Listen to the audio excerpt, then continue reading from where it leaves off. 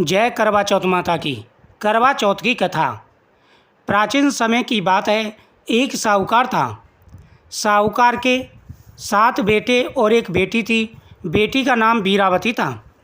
साहूकार के घर में हर प्रकार का सुख और वैभव था। साहूकार के घर में किसी भी प्रकार की कोई कमी नहीं थी। सातों बहन भाई में बड़ा प्रेम था। सातों बहन भाई मिलजुल कर के रहते थे। धीरे धीरे सातों भाई बड़े हुए तो साहूकार ने सातों भाइयों की शादी कर दी। और फिर जैसे ही वीरावती बड़ी हुई तो साहूकार ने वीरावती की शादी भी कर दी। सातों भाई अपना व्यापार बिजनेस में व्यस्त हो गए और वीरावती की शादी हो गई। वीरावती का पहला करवा चौथ का व्रत मायके में पड़ा।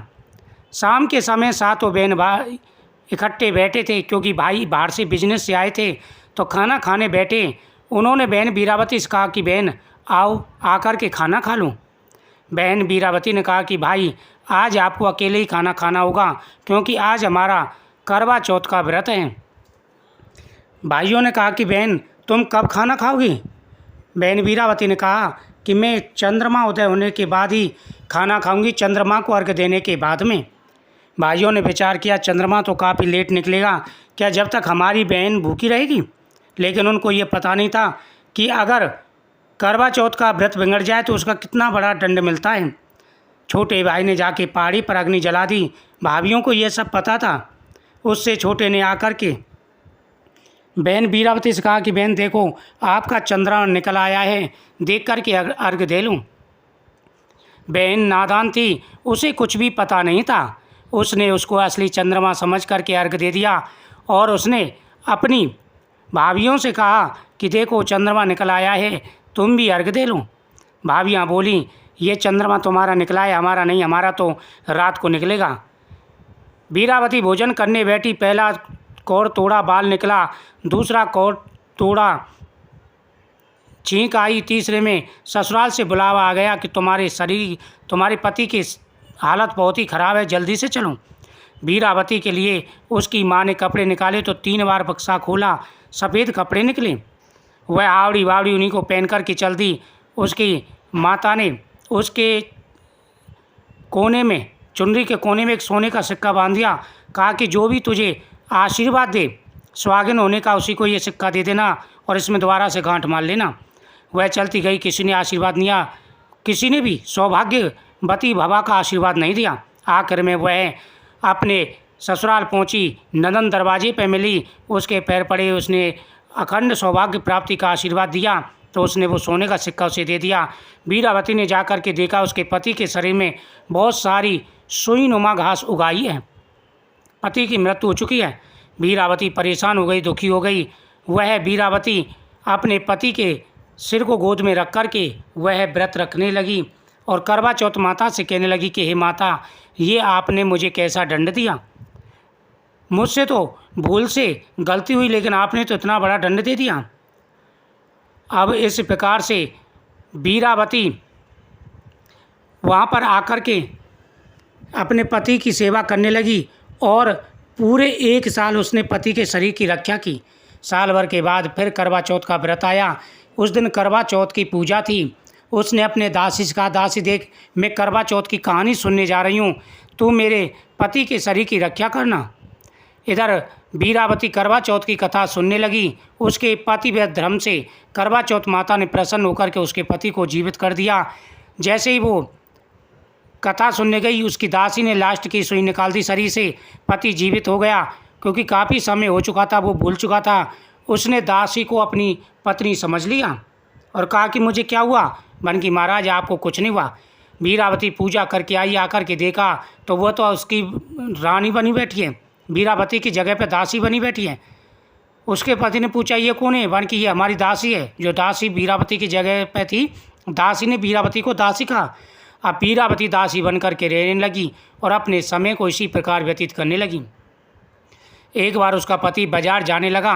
उसने दासी से कहा जो वीरावती बन के बैठी थी, बन की तुम्हारे लिए क्या लाना है। बन मेरे लिए हीरे जवाहरात, सोने चांदी के गहने आदि लाना। वह जाने लगा तो उसकी नज़र वीरावती पर पड़ी जो दासी बन के रह रही थी।